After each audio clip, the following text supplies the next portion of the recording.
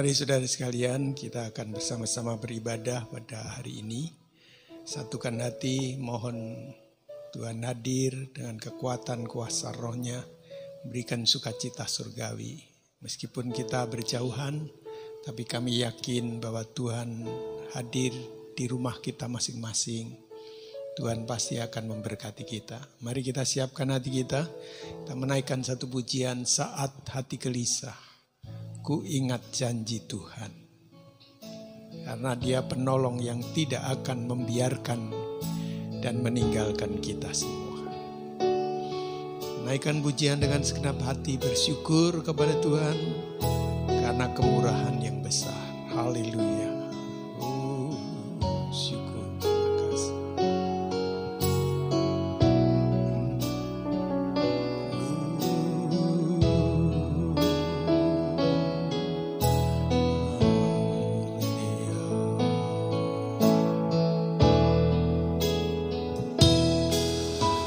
Saat hati gelisah, ku ingat janji Tuhan, penolong yang tak membiarkanku. Amin. Haleluya.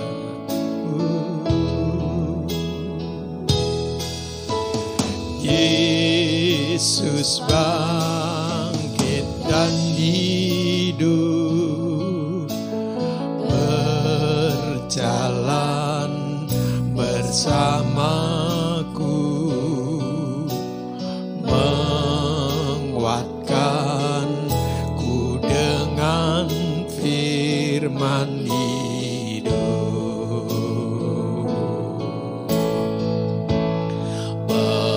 Peganglah tanganku, tuntunlah hidupku, gembalakan daku dengan kasih-Mu.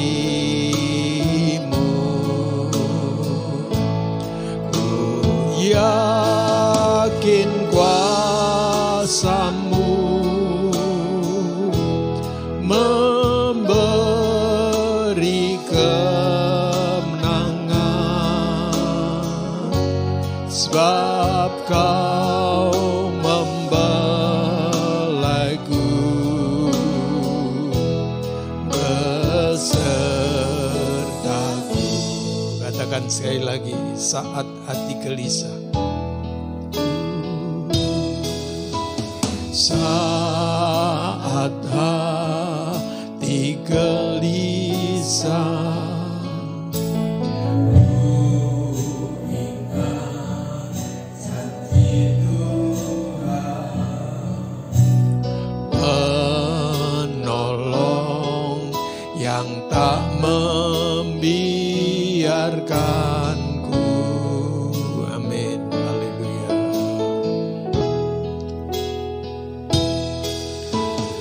Yesus bangkit dan hidup,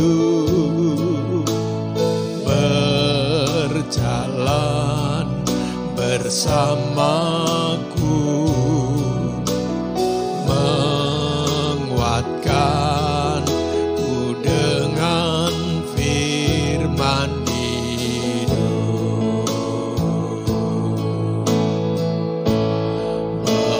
Peganglah tanganku, tuntunlah hidupku,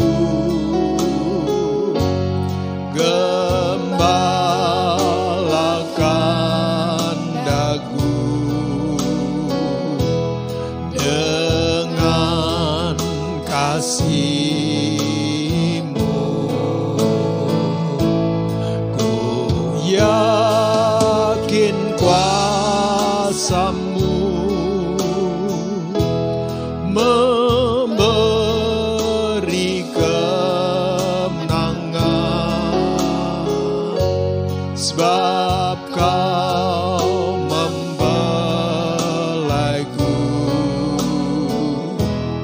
besertaku. Peganglah tanganku, peganglah tanganku, tuntunlah hidupku, gembalakan daku dengan kasih-Mu. Ku yakin kuasa-Mu memberi kemenangan, sebab Kau membelaiku besertaku. Peganglah tanganku, peganglah tanganku, tuntunlah hidupku,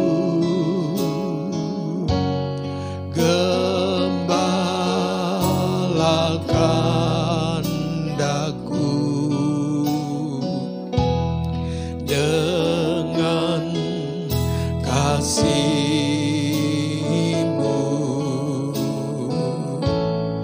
Ku yakin kuasa-Mu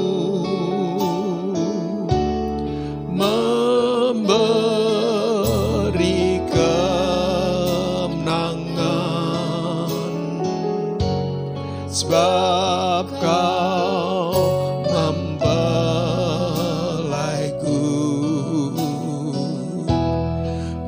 besertaku. Ku yakin kuasa-Mu memberi kemenangan.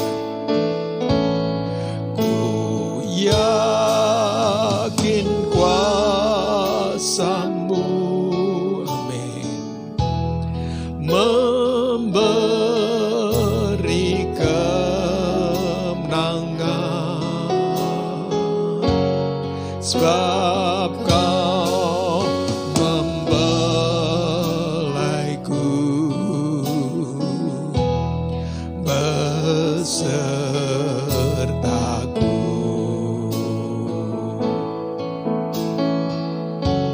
Sebab Kau membelaiku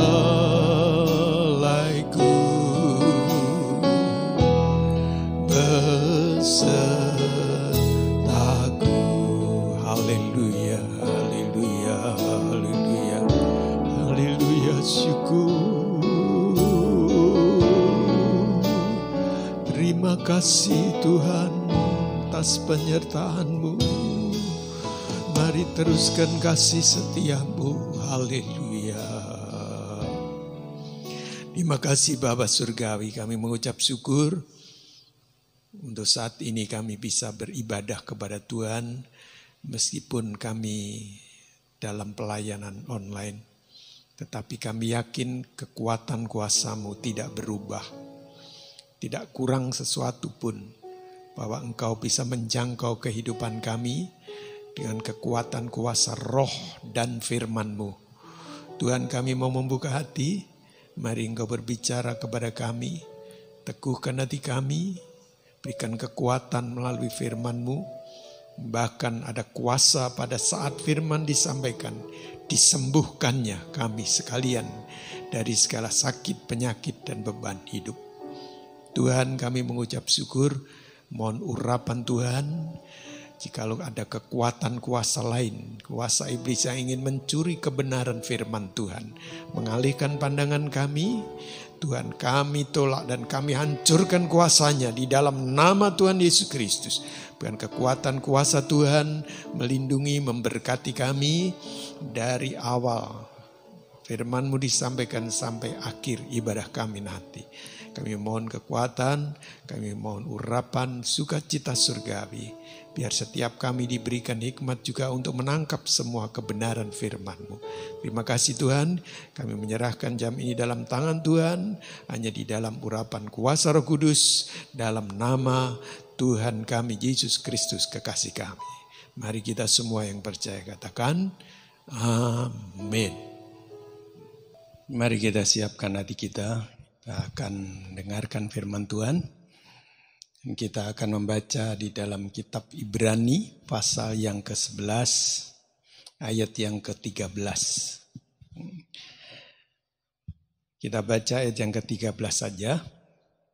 Nanti saudara kasih batas supaya kita akan kembali lagi ke ayat itu. Demikian firman Tuhan, Ibrani 11 ayat 13. Dalam iman mereka semua ini telah mati sebagai orang-orang yang tidak memperoleh apa yang dijanjikan itu, tetapi yang hanya dari jauh melihatnya dan melambai-lambai kepadanya, dan yang mengakui bahwa mereka adalah orang asing dan pendatang di bumi ini. Saudara, kalau ingat yang saya sampaikan minggu yang lalu adalah kita disebut sebagai orang yang menumpang di dunia ini. Sekarang ayat ini memberikan suatu penekanan yang lebih dalam lagi. Sebab kalau menumpang itu saya menyimpulkan orang yang kenal. Ya, sudah kenal, sudah tahu. Itu sebabnya numpang. Mau kemana? Ke Bandung. Saya boleh numpang enggak ikut? Oh iya boleh. Nah, kenal. Ya, kenal. Atau direncanakan, ya boleh enggak saya numpang? Boleh. Menumpang di tanah ini. Saya menumpang di halaman mau dagang ini. Oh iya boleh. Nanti kalau saya perlu, saya serahkan kembali ya. Saudara kenal. Ya, ibaratnya seperti kenal. Tapi kalau enggak kenal itu namanya bukan numpang itu. Menyandera atau memaksa. Contohnya kalau misalnya ada kendaraan jalan truk, tahu-tahu dicegat di tengah jalan dengan rame-rame itu, karena dia mau numpang. Nah, ada yang truknya nggak mau berhenti sehingga dia nyingkir, untung aja nggak kegiles. Ya, ada yang takut kemudian berhenti. Numpang itu bukan numpang, itu maksa itu. Ya, tapi menumpang itu saya menyimpulkan pasti kenal.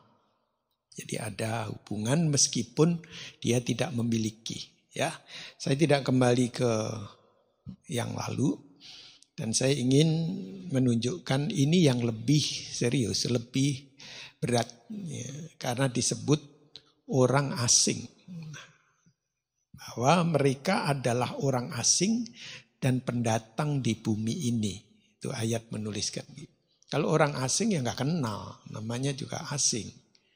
Dan pendatang, baru datang dan belum kenal. Itulah yang disebutkan oleh firman Tuhan. Itu sebabnya kehidupan kita setelah kita mengenal akan kasih dan kemurahan Tuhan, Tuhan menuliskan suatu kebenaran yang ada di kitab Roma pasal 12 ayat yang kedua. Di situ Tuhan menekankan janganlah kamu serupa dengan dunia ini. Serupa. Berubahlah oleh pembaruan budimu. Ya, saya bacakan di Roma pasal yang ke-12 ayat yang kedua. Yang kedua.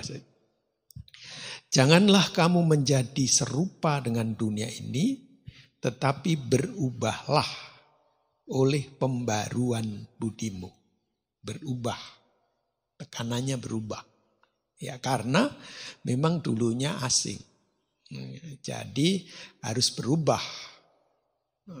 Sebab setelah diterima oleh Tuhan menjadi warga kerajaan Allah, milik kepunyaan Tuhan, karena ditebus menerima Yesus sebagai Tuhan dan Juru Selamat, ditebus dijadikan baru menjadi anak-anak Allah, dan juga sebagai warga kerajaan Allah yang mewarisi kehidupan yang kekal. Itu sebabnya dipesan, kamu itu bagaikan orang asing dan pendatang di bumi ini. Jadi janganlah kamu menjadi serupa dengan dunia ini, tetapi berubahlah oleh pembaruan budimu. Karena artinya kehidupan yang baru itu tumbuh, ya berubahlah sesuai dengan pembaruan budi itu, sehingga kamu dapat membedakan manakah kehendak Allah. Apa yang baik, yang berkenan kepada Allah, dan yang sempurna. Nah, itu berubahlah. Nah, saudara, kenapa harus berubah? Ya karena dituliskan bahwa kita ini adalah milik kepunyaan Allah yang diakui sebagai warga kerajaan Allah, kerajaan surga yang harus taat kepada pemerintahannya, ya, bukan taat kepada peraturan atau hukum yang lain. Ya, itu ditulis di dalam Filipi pasal yang ketiga, ayat yang ke-20 sampai ayat yang ke-21 berkata demikian. Karena kewargaan kita adalah di dalam surga, dan dari situ juga kita menantikan Tuhan Yesus Kristus sebagai juru selamat yang akan mengubah tubuh kita yang hina ini sehingga serupa dengan tubuhnya yang mulia, menurut kuasanya yang dapat menaklukkan segala sesuatu kepada dirinya.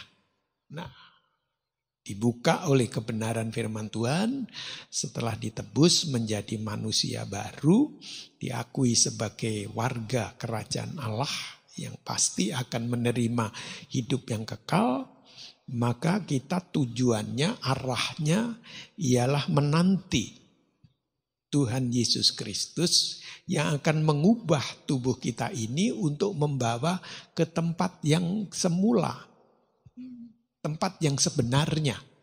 Karena kan kita numpang, kemarin dijelaskan numpang, sekarang dikatakan lebih dalam lagi kita ini orang asing, pendatang, merindukan satu tempat yang abadi. Nah mari saudara, saya balik lagi ke ayat pokoknya tadi. Ya, di pasal yang ke-11, mari kita baca beberapa setelah ayat 13. Ya, ayat 13 dan beberapa. Mari kita lihat. Saya ulangkan 13 ya. Dalam iman mereka semua itu telah mati sebagai orang-orang yang tidak memperoleh apa yang dijanjikan itu, tetapi yang hanya dari jauh melihatnya dan melambai-lambai kepadanya, dan yang mengakui bahwa mereka adalah orang asing dan pendatang di bumi ini. 14. Sebab mereka yang berkata demikian menyatakan bahwa mereka dengan rindu mencari suatu tanah air. Dan kalau sekiranya dalam hal itu mereka ingat akan tanah asal yang telah mereka tinggalkan, maka mereka cukup mempunyai kesempatan untuk pulang ke situ. Tetapi sekarang mereka merindukan tanah air yang lebih baik, yaitu satu tanah air surgawi. Sebab itu Allah tidak malu disebut Allah mereka, karena Ia telah mempersiapkan sebuah kota bagi mereka. Nah, ini yang disebut suatu tanah air yang lebih baik. Nah, tanah air kita ini adalah termasuk di dalam ciptaan dunia yang lama. Langit yang baru dan bumi yang baru yang dijanjikan Tuhan itu adalah belum ada sekarang ini. Ya, nanti akan muncul langit yang baru dan bumi yang baru. Maksudnya belum ada, kita belum lihat ke sana. Tapi kita akan dibawa ke langit baru dan bumi baru. Nah, langit dan bumi yang kita diami ini akan lenyap. Itu kita tahu, seperti sejak sekolah minggu kita bisa menaikkan pujian itu. Langit dan bumi akan lenyap. Nah, itu janji firman Tuhan. Itu sebabnya setiap orang yang percaya, dituliskan ini, merindukan tanah air. Ya. tanah air yang lebih baik. Yang surgawi, tanah air surgawi itu disebut di ayat 16 tadi.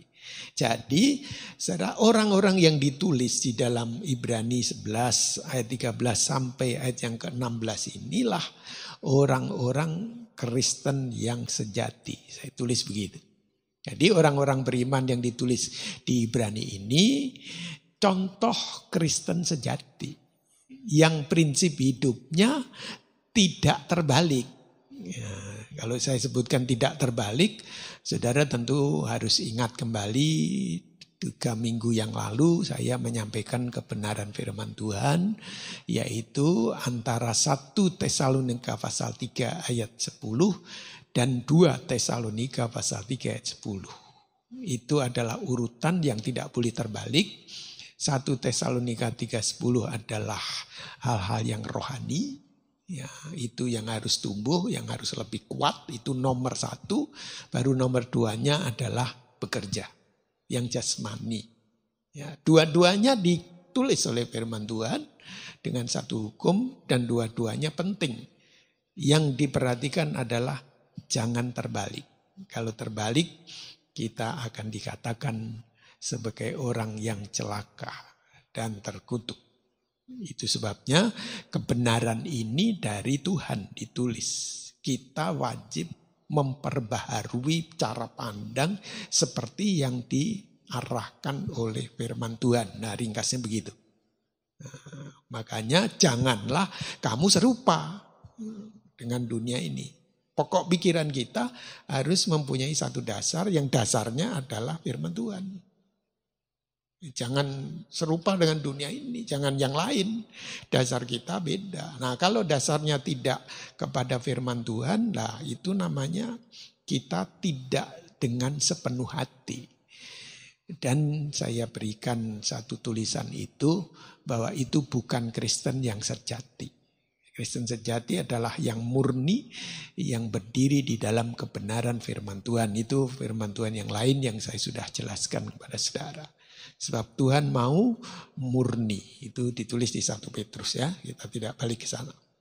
Jadi kehidupan kita ini diinginkan oleh Tuhan untuk merenungkan satu rangkaian ayat yang ditulis di Ibrani 11 ayat 13 sampai 16 itu. Ya, nanti saudara renungkan kembali. Ya, jadi di 1 Petrus pasal 2, ya mari kita baca itu. 1 Petrus pasal 2 ayat 11, yang itu yang belum kita baca ya di dalam kurung itu. Ya. Dikatakan bahwa saudara-saudaraku yang kekasih, aku menasihati kamu supaya sebagai pendatang, nah tadi kan disebut pendatang di Ibrani, dan perantau, kamu menjauhkan diri dari keinginan-keinginan daging yang berjuang melawan jiwa. Milikilah cara hidup yang baik di tengah-tengah bangsa-bangsa bukan Yahudi. Supaya apabila mereka memfitnah kamu sebagai orang durjana, mereka dapat melihatnya dari perbuatan-perbuatanmu yang baik dan memuliakan Allah pada hari Ia melawat mereka. Jadi Tuhan ingin menjadikan kita ini saksi hidup. Bukti atau kata lain disebutkan Rasul Paulus sebagai surat Kristus yang terbuka yang bisa dilihat dan dibaca. Bahwa dia berubah, wah iya ya, dia berubah. Meskipun dia tidak mengakui di depan kita, tapi dia bisa melihat kesaksian hidup yang takut akan Tuhan, tumbuh dalam iman, kesetiaan yang sungguh, sehingga hidupnya menjadi kesejukan dan menjadi kehidupan yang memberkati secara jiwa, secara rohani kepada orang lain. Ya, itu yang diinginkan oleh Tuhan. Itu sebabnya dikatakan kamu orang asing. Makanya ya tentu tidak cocok dengan prinsip-prinsip duniawi kalau kita diperbaharui oleh Tuhan. Karena dunia ini di dalam kekuatan dan kuasa jahat. Nah, ingat firman Tuhan bahwa orang yang lahir dari Allah. Ya, jadi orang percaya yang tadi disebut asing, pendatang, tapi begitu dia terbuka hati menerima Yesus sebagai Tuhan dan Juru Selamatnya, dilahirkan baru, disebutnya lahir dari Allah, itu dilindungi oleh Tuhan. Dilindungi. Sebab kalau tidak dilindungi, lah dia tidak mempunyai siapa-siapa. Karena orang asing. Mudah saja dimusuhi, mudah saja diusir, mudah saja dia mengalami hal-hal yang buruk karena memang dibenci. Ya, kalau tidak sesuai, tidak mau ngikut, tidak mau setuju dengan mereka, nah, padahal kita tahu bahwa itu salah. Ya, kita tentu tidak mau ikut, tidak setuju. Ya, karena memang dunia ini dikuasai oleh si jahat, penuh dengan dosa dan kenajisan. Semua orang berkelakuan tidak baik, tidak senonoh, tapi kita tidak mau karena sudah diperbarui hidup kita. Nah, maka mungkin akan mendapatkan kesukaran. Tapi jangan takut bahwa Tuhan akan melindungi. Melindungi. Ya, melindungi. Makanya tidak usah takut di dalam dunia ini. Ya, dengan janji Tuhan bahwa hukuman itu bukan untuk orang benar. Ya, di ayat yang lain kita dipanggil bukan untuk ditetapkan menerima hukuman, kutuk, enggak. Tetapi hukuman itu untuk orang berdosa, orang yang melanggar. Ya, jadi Tuhan mendatangkan hukuman. Makanya perlindungan Tuhan dinyatakan, tidak usah takut sekalipun kau bisa melihat 1.000 orang jatuh di sisi kiri dan 10.000 di sisi kananmu, tetapi hal itu tidak sampai kepada. Itu jaminan Tuhan bagi orang yang lahir dari Allah. Betul-betul dia lahir dari Allah, lahir baru dan menjadi anak-anak Allah yang taat kepada Bapaknya di surga. Nah, ini ditulis mari kita baca di 1 Yohanes pasal yang ke-5 ayat yang ke-18. Anak-anakku, 1 Yohanes pasal 5 sebentar, ya salah. Ayat 18. Kita tahu bahwa setiap orang yang lahir dari Allah tidak berbuat dosa. Ya, karena dia lahir, dia mempunyai perangai yang baru, ciptaan baru, disadarkan ada kekuatan Roh Kudus yang membuat dia terbuka. Yang dicari bukan hal yang berdosa, yang jahat, yang keliru, tetapi kehendak Allah, apa yang baik, yang berkenan kepada Allah dan yang sempurna seperti yang ditulis di Roma 12 itu, ayat yang kedua tadi. Ya, jadi kita tahu bahwa setiap orang yang lahir dari Allah, dia tidak berbuat dosa, tidak mau dia. Ya, karena ada kekuatan Allah yang bekerja terus di dalam hidupnya, dituntun, diurapi dengan Roh Kudus yang sehat begitu. Itu sebabnya perlu ditambah. Apa yang kurang ditambahkan, pengertiannya, kesungguhannya, makanya harus tekun. Ya, itulah sebabnya kita masih mempelajari lagi itu. Ya, sudah lihat catatannya di 1 Tesalonika pasal 3 ayat 10 itu. Ada yang kurang yang perlu ditambahkan. Artinya ditambahkan, ditumbuhkan, dihidupkan, didewasakan. Supaya dia makin kuat, makin teguh di dalam iman itu. Nah, seiring dengan itu juga melakukan 2 Tesalonika 3 ayat 10. Ya, tidak usah takut, Tuhan melindungi dan memberkati apa yang dipegang tanganmu akan diberkati Tuhan. Nah, simbolannya seperti itu. Jadi ayat yang ke-18 ini kita tahu bahwa setiap orang yang lahir dari Allah tidak berbuat dosa, tetapi dia dibesar adalah Tuhan Yesus yang lahir dari Allah, ya, dia kan datang dari Allah, melindunginya dan si jahat tidak dapat menjamahnya. Tidak bisa dijamah oleh kuasa kejahatan. Ya, dia hanya bisa berkeliling seperti singa yang mengaum-ngaum. Ya, memang menakutkan. Tetapi bagi saudara dan saya diberikan kebenaran firman Tuhan, jangan takut.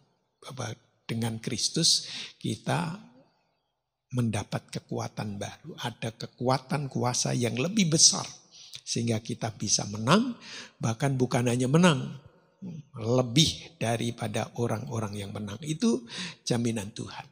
Ya, itu ayat yang ke-18. Nah, kalau saudara perhatikan di ayat yang ke-19-nya, yaitu berkata bahwa berhati-hatilah dalam dunia ini, karena dunia berada di bawah kuasa si jahat. Nah, dunia yang kita tumpangi ini, ya, setelah kita mengerti, terbuka karena dilahirkan baru menjadi ciptaan baru, ternyata kita memang bukan berasal dari dunia. Sama seperti Kristus bukan dari dunia.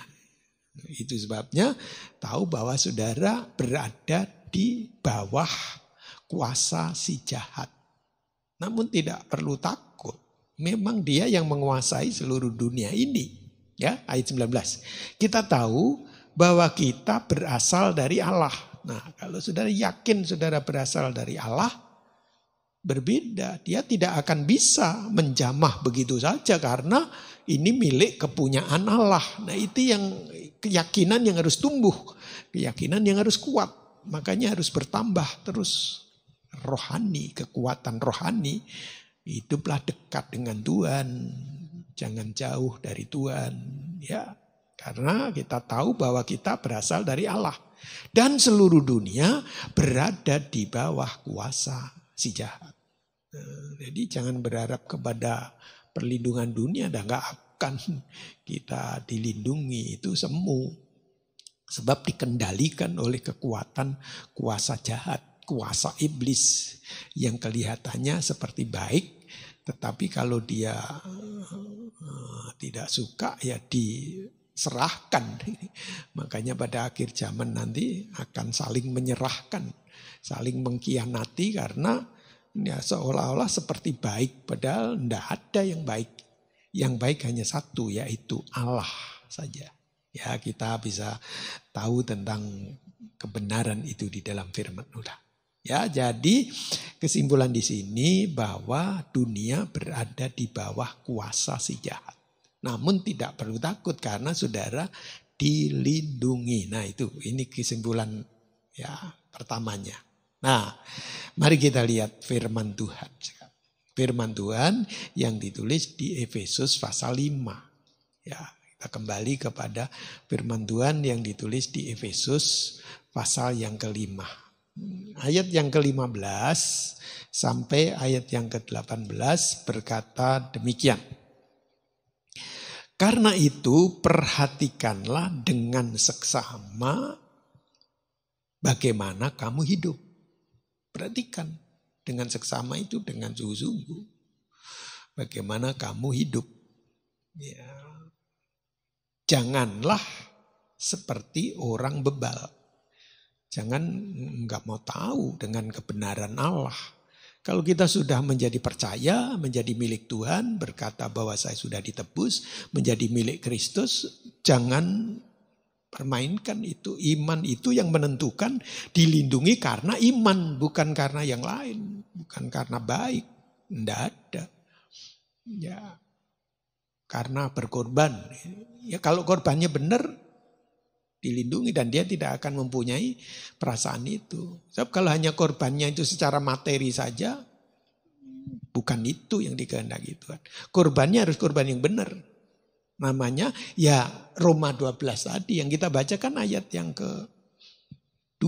Ayat yang ke-1, persembahkanlah tubuhmu, itu korban yang hidup, yang berkenan. Jadi memberikan hidup. Dia orang yang lahir dari Allah itu memberikan hidupnya untuk dibina, digembalakan, dikuatkan oleh Roh Kudus untuk berjalan dalam kebenaran firman.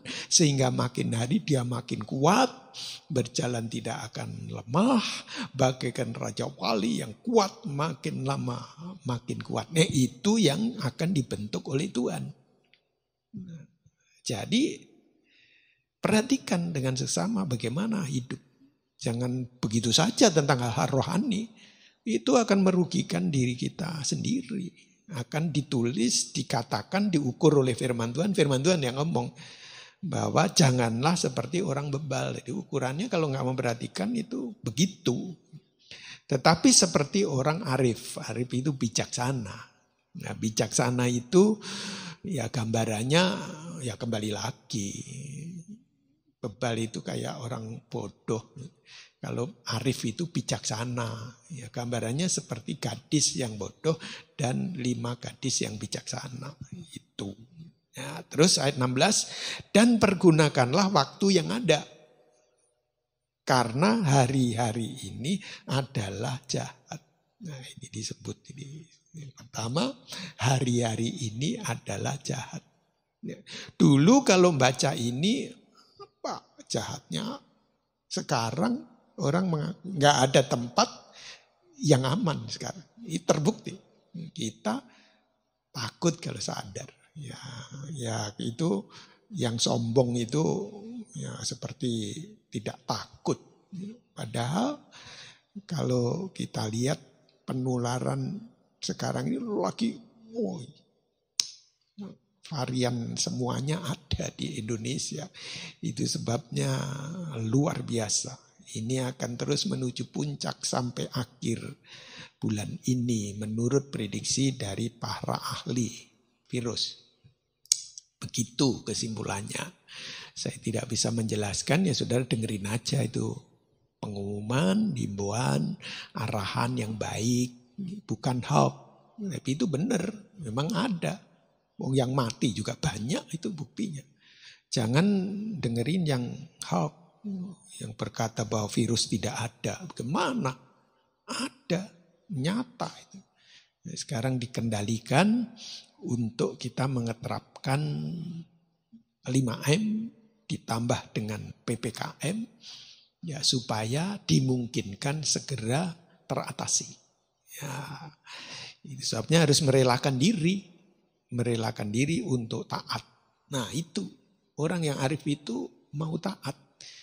Ya keluar boleh kalau memang perlu ya kan, kita perlu makan sekali waktu, tapi kan enggak seperti dulu. Kita bisa menyiapkan.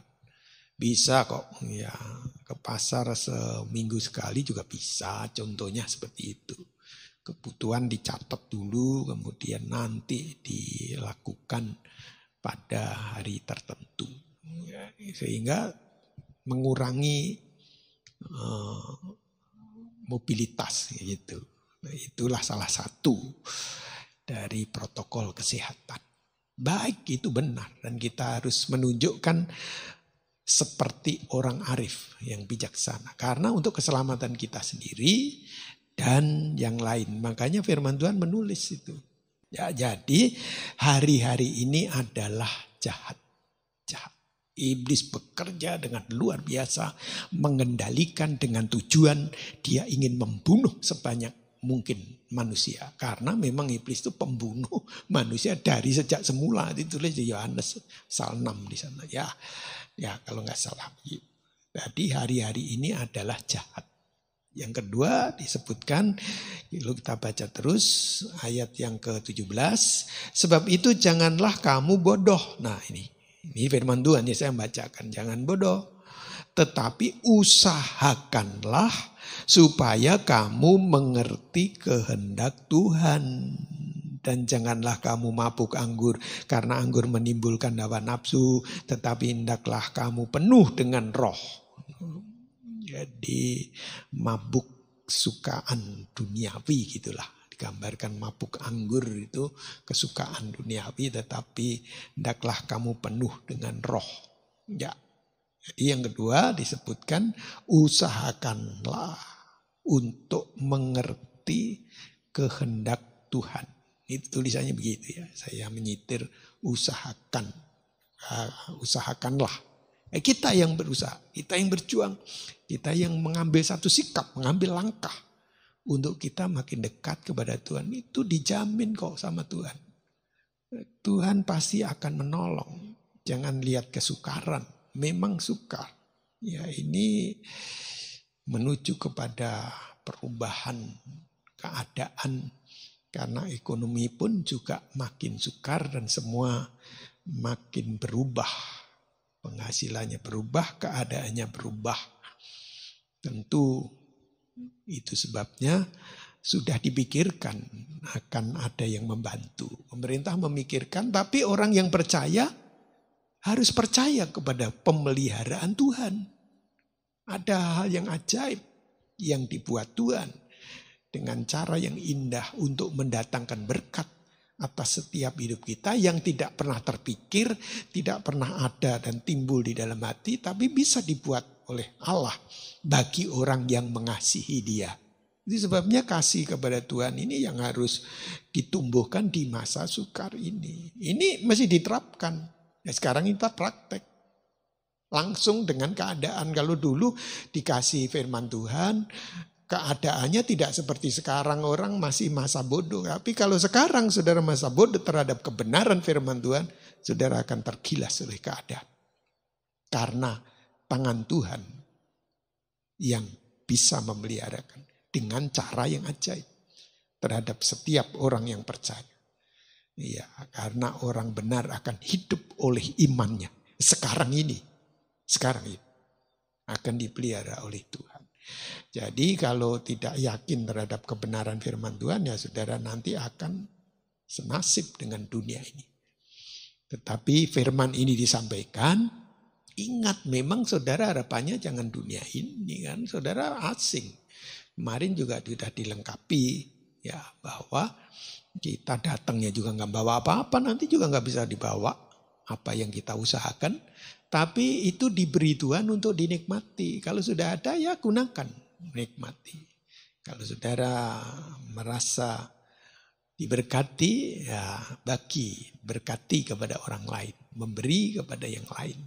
Ya menolong kepada yang lain yang lemah, yang membutuhkan sesuai dengan ukuran yang ada di dalam hidup kita masing-masing. Ya, itu yang diajarkan oleh Tuhan. Tuhan akan memelihara dan memberkati dalam hidup kita. Ya, yakinlah tentang itu. Jadi usahakan di masa sukar ini justru untuk mengerti kehendak Tuhan. Karena ini diizinkan Tuhan untuk mengingatkan kita. Ayo dekat. Kalau nggak mau dekat ya sudah, susah sekarang. Kan karena nggak bisa kumpul, nggak bisa ketemu. Saudara jauh nih di rumah masing-masing. Nah, kalau saudara nggak dengerin, saya juga nggak tahu. Saudara nggak ikut dalam ibadah ini. Ya saya tidak tahu.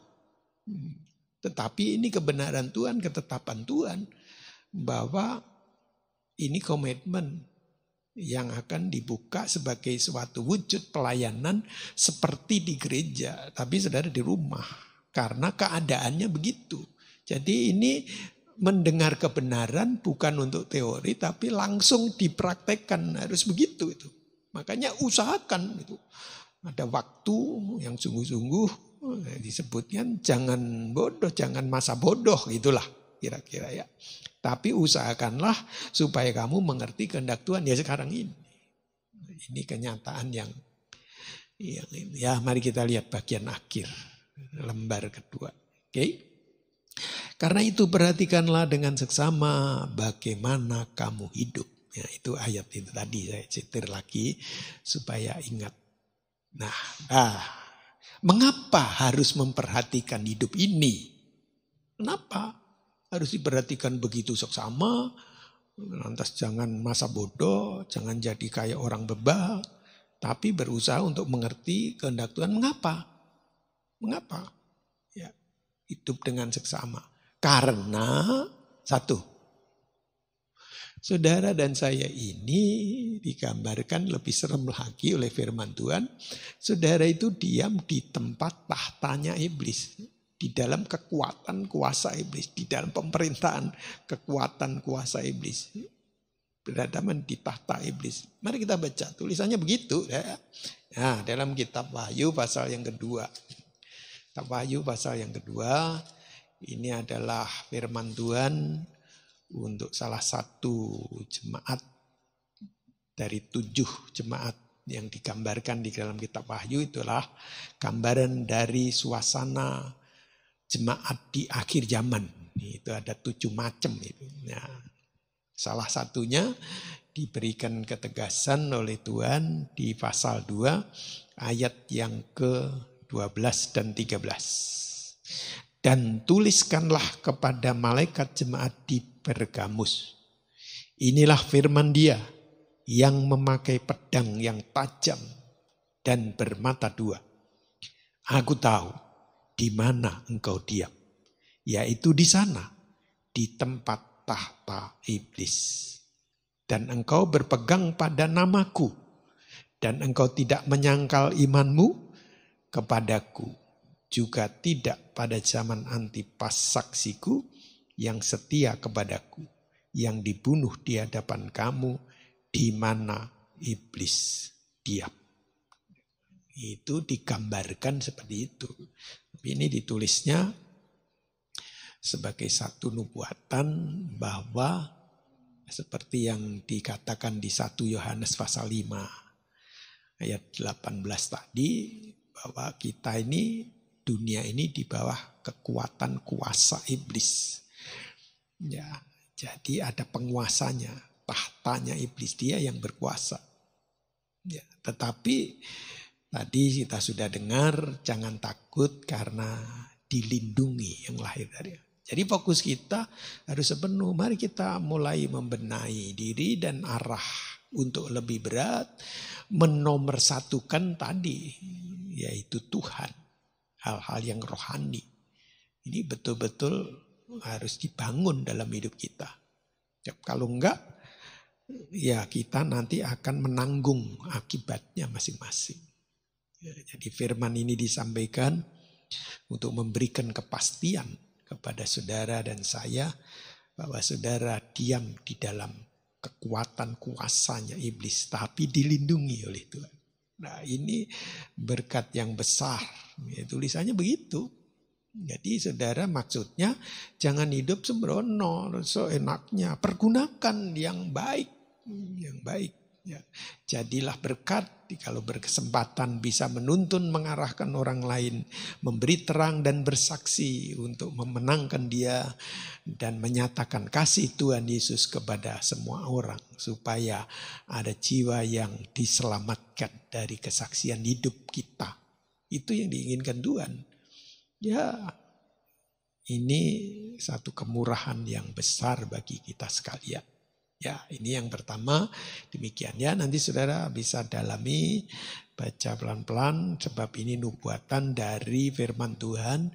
Karena 7 jemaat inilah gambar dari keadaan gereja yang bermacam-macam. Yang macamnya cuma 7 aja. Gerejanya sih banyak. Wow, banyak gereja macam-macam, denominasinya macam-macam. Di hadapan Tuhan itu bukan diukur dari denominasi, dari doktrinnya, tapi dari kesungguhan setelah percaya. Apakah dia mengikut dan mau digembalakan oleh Tuhan sendiri sebagai gembala yang baik dengan kekuatan roh dan firman-Nya. Itu pribadi Tuhan, roh kudus pribadi Tuhan, firman itu adalah pribadi Tuhan. Jadi Tuhan sendiri yang menggembalakan. Mau nggak digembalakan itu? Ya, kalau tidak, ya sekalipun dia Kristen, dianggapnya Kristen yang kalau model begitu selalu membantah dan berlawanan dengan firman Tuhan, ya ini jangan-jangan nanti menggenapi Ibrani 4 ayat 1 itu. Ya, nanti sudah baca sendiri. Ya, Tuhan tidak mau seorang pun binasa. Tapi kan keputusannya di dalam hidup saudara dan saya. Tuhan sangat baik dan amat baik. Enggaknya dibuka. Dinubuatkan, ini macamnya, 7 macam. Salah satunya dijelaskan, ingat loh, ya, kamu itu diam bagaikan di tempat tahta iblis. Ini dekat, kalau tahta kan dekat, ya. Tapi jangan takut. Yang kedua, waspadalah, ada jemaah iblis. Ya, ini kalau kita kan jemaah Tuhan, ya, jemaah Tuhan, orang yang ditebus. Anggota jemaat Tuhan, anggota tubuh Kristus, karena ditebus ada tanda milik Kristus. Tapi iblis juga punya jemaat, punya orang-orang. Ya, cemar waspada itu. Mari kita baca itu ayatnya. Di pasal 3 dari Wahyu itu, yaitu masih di antara 7 jemaat itu. Yaitu pasal 3 ayat 9. Ya, itu disebutnya jemaat Philadelphia. Ayat 9, lihatlah beberapa orang dari jemaah iblis. Nah, udah jelas itu. Jemaahnya iblis, jadi anggota jemaatnya iblis, ya. Anggota pengikut iblis itu. Jadi ada orang yang memang tersesat seperti itu. Ya, jadi jemaah iblis itu tulisan begini. Yaitu mereka yang menyebut dirinya orang Kristen. Nah, ini orang Yahudi atau orang Kristen, saya terjemahkan begitu ya. Tetapi yang sebenarnya tidak demikian, melainkan berdusta, jadi berbohongan. Cuma Kristen nama doang. Akan kuserahkan kepada. Sesungguhnya aku akan menyuruh mereka datang dan tersungkur di depan kakimu dan mengaku bahwa aku mengasihi engkau. Nah, ini bedanya.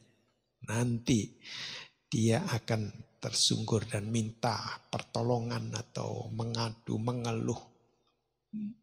Ya sebagai orang yang mengasihi Tuhan, kita pasti akan berbelas kasihan dan menolong. Tapi apakah pertolongan kita bisa menyelamatkan dia?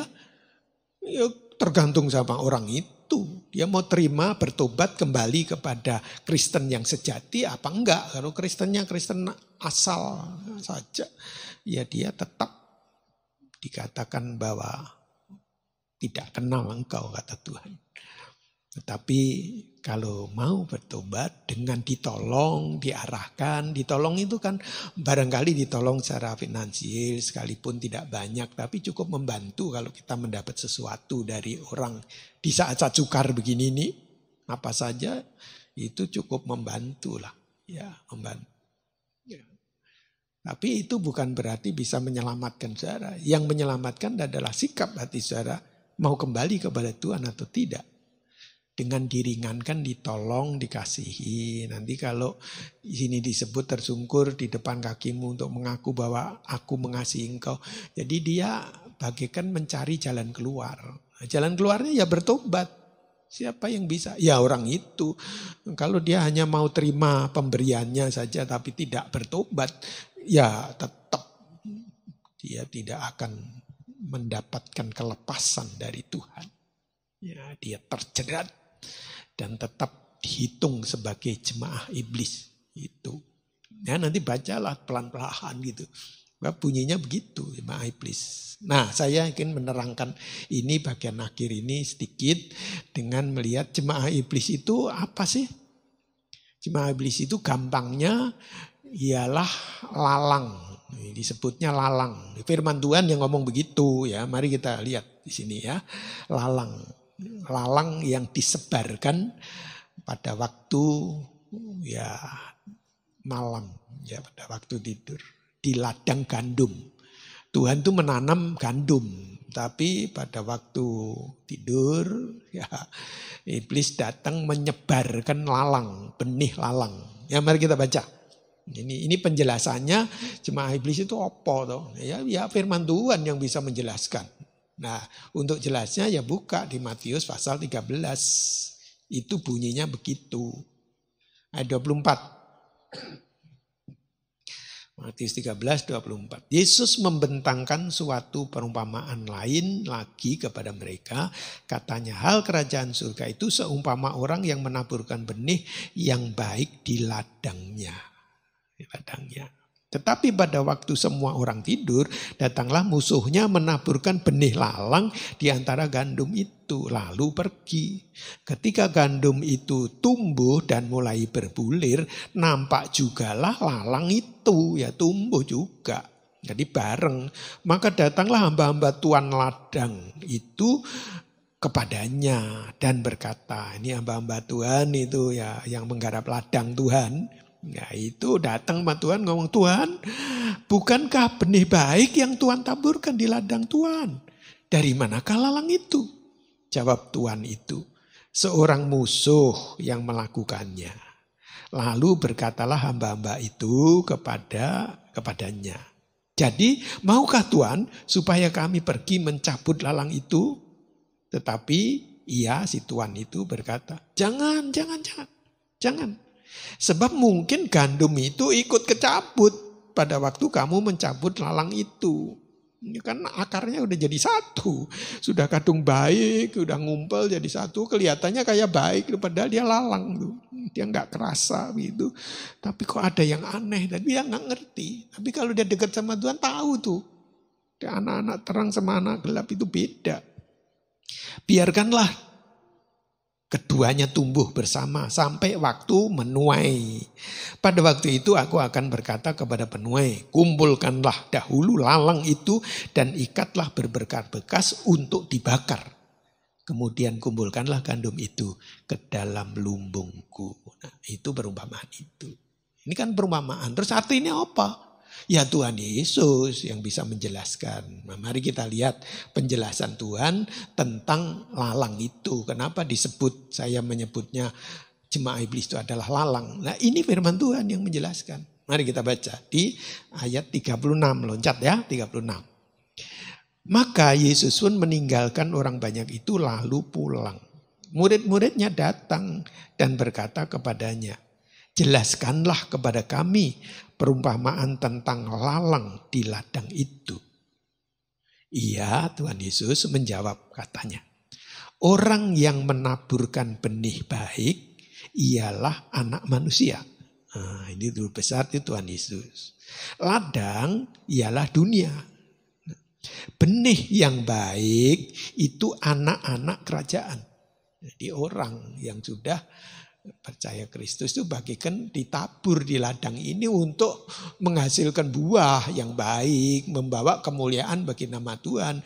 Tuhan menanam, menginginkan kamu berbuah, menjadi berkat bagi orang lain, berbuah bisa dirasakan kebaikannya, kesungguhannya supaya orang memuliakan Tuhan, percaya kepada Tuhan, bertobat menjadi satu himpunan kehidupan baru begitu. Jadi ditaburlah oleh Tuhan benih baik, yaitu anak-anak kerajaan. Nah, dan lalang anak-anak si jahat. Jadi lalang itu anaknya iblis, anak si jahat.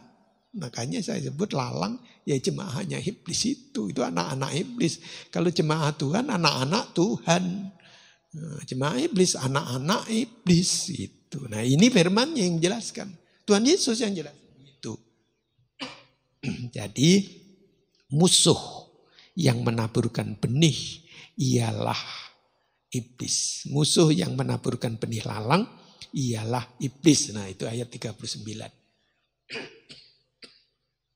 Waktu menuai ialah akhir zaman dan para penuai itu malaikat. Maka seperti lalang itu dikumpulkan dan dibakar dalam api, demikian juga pada akhir zaman. Anak manusia akan menyuruh malaikat-malaikatnya dan mereka akan mengumpulkan segala sesuatu yang menyesatkan dan semua orang yang melakukan kejahatan dari dalam kerajaannya. Semuanya akan dicampakkan ke dalam dapur api, di sanalah akan terdapat ratapan dan kertakan gigi. Pada waktu itulah orang-orang benar akan percaya seperti matahari dalam kerajaan Bapa mereka. Siapa bertelinga, hendaklah ia mendengar. Jadi berbahagialah orang yang mendengar firman Tuhan dan melakukannya. Tuhan menjelaskan ini supaya saudara tahu bahwa memang kita ini dulu bagaikan orang asing. Tapi karena mendapat kemurahan, maka kita menjadi percaya dan dilahirkan baru. Tapi selanjutnya berubahlah. Jangan serupa dengan dunia ini, itu tadi. Jadilah kehidupan yang bisa berbuah. Karena saudara adalah seperti benih baik. Benih yang baik. Jadilah baik. Buatlah yang baik untuk kemuliaan nama Tuhan. Sehingga Bapamu yang di surga dimuliakan. Dan banyak jiwa yang bertobat percaya kepada Tuhan. Karena perbuatan baik dan kesaksian yang baik dari kehidupan saudara. Yang dirubah oleh kekuatan firman dan Roh Kudus. Itulah keinginan Tuhan. Itu sebabnya dilindungi. Pasti dilindungi. Saudara bersungguh-sungguh berkomitmen, saya mau jadi berkat, maka saudara akan dilindungi. Ya, jadi berharaplah kepada kekuatan Tuhan, jangan kepada yang lain. Ya, jadi pengharapan kita hanya Tuhan Yesus saja, tidak ada yang lain. Dunia ini kalau sempat diberkatkan Tuhan, nikmati. Ya. Kalau berkemurahan digerakkan Tuhan, berbagi, memberi kepada yang lain. Karena sedang susah, kalau dia bisa mengenal akan kasih-Mu, sehingga dia bisa berbalik dan bertobat untuk percaya dan diselamatkan dari perbuatan baik kita. Tapi kalau tidak, ya keputusannya dia.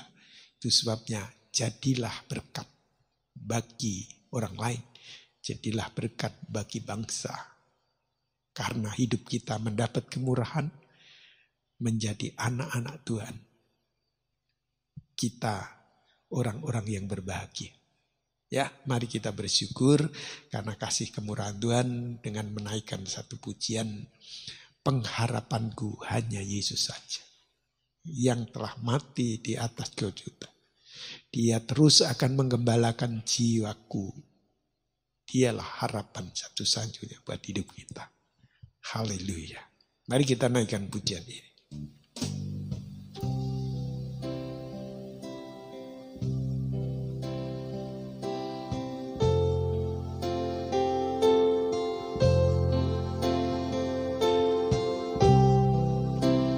Haleluya. Yesus pengharapanku.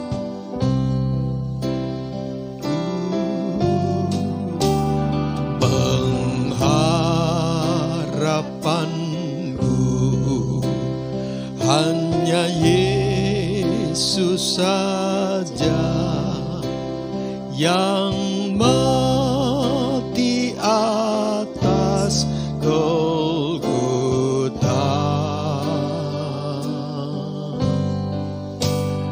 Dia gembala jiwaku yang sungguh. Yesus, Dia harapanku. Yesus harapan jiwaku. Yesus harapan jiwaku.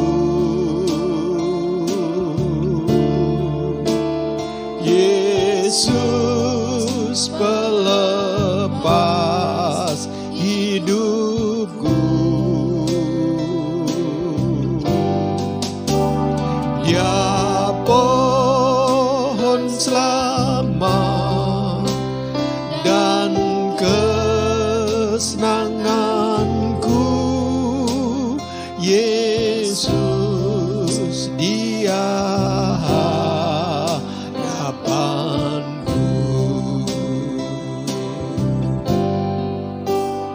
Pengharapanku hanya Yesus saja, yang mati atas Golgota. Dia gembala jiwaku yang sungguh. Yesus, Dia harapanku.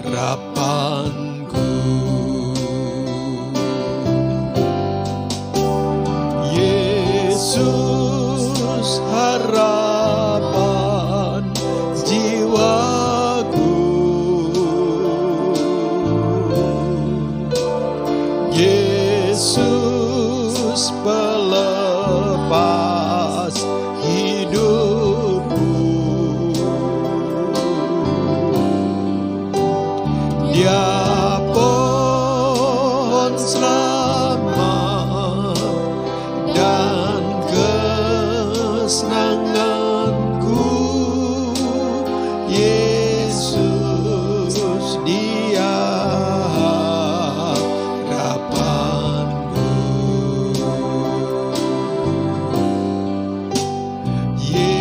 Yesus harapan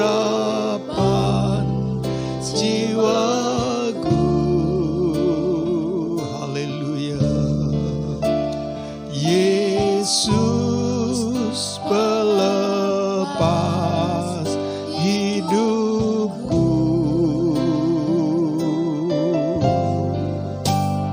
Dia pun selamat dan kesenanganku.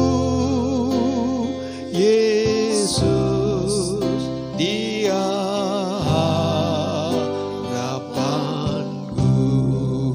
Dia pohon selamatmu. Dia pohon selamat dan kesenanganku. Yesus Dia harapanku.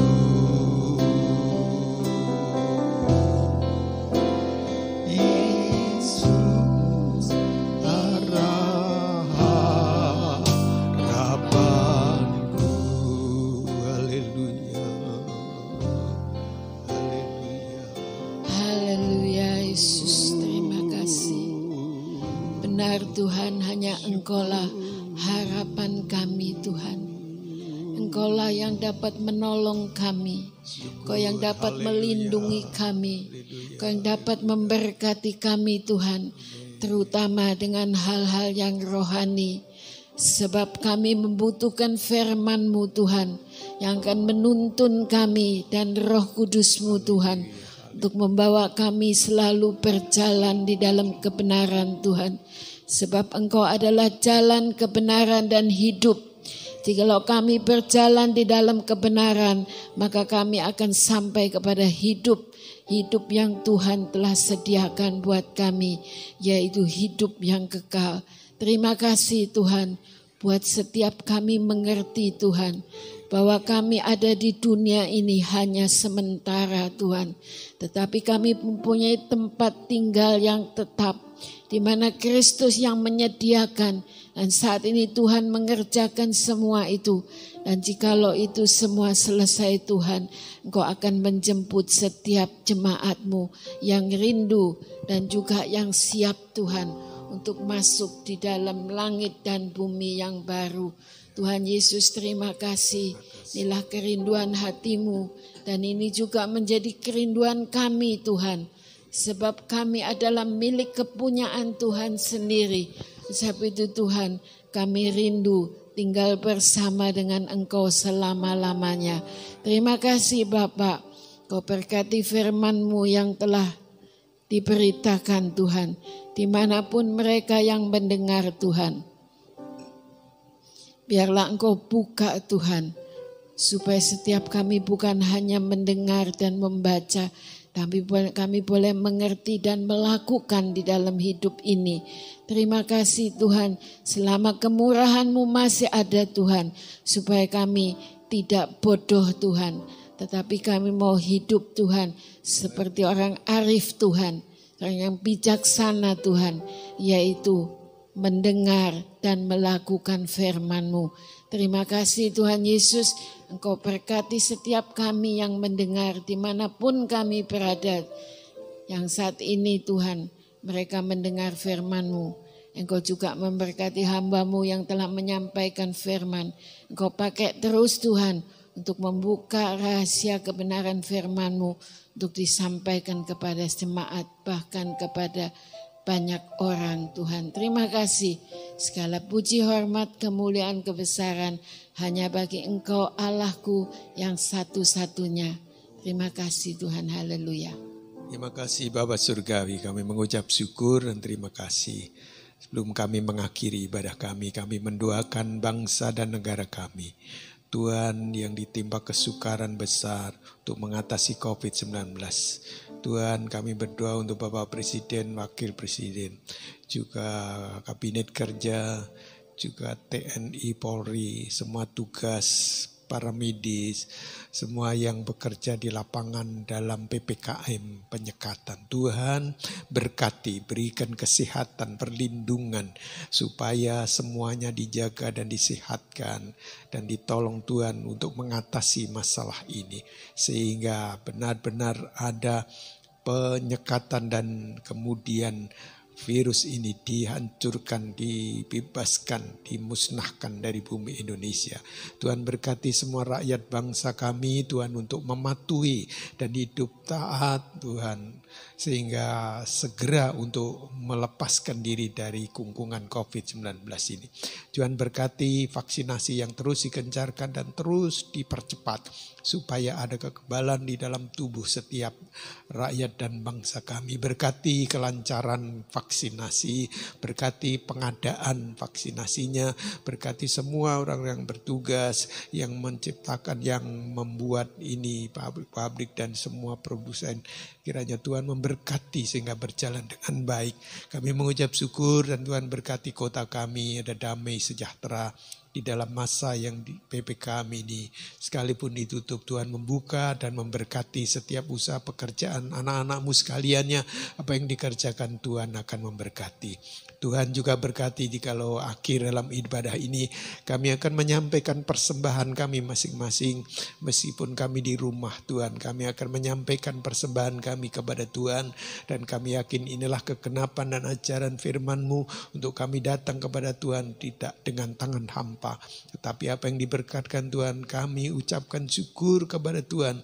Kami korbankan bagi kemuliaan pelayanan dan pekerjaan-Mu.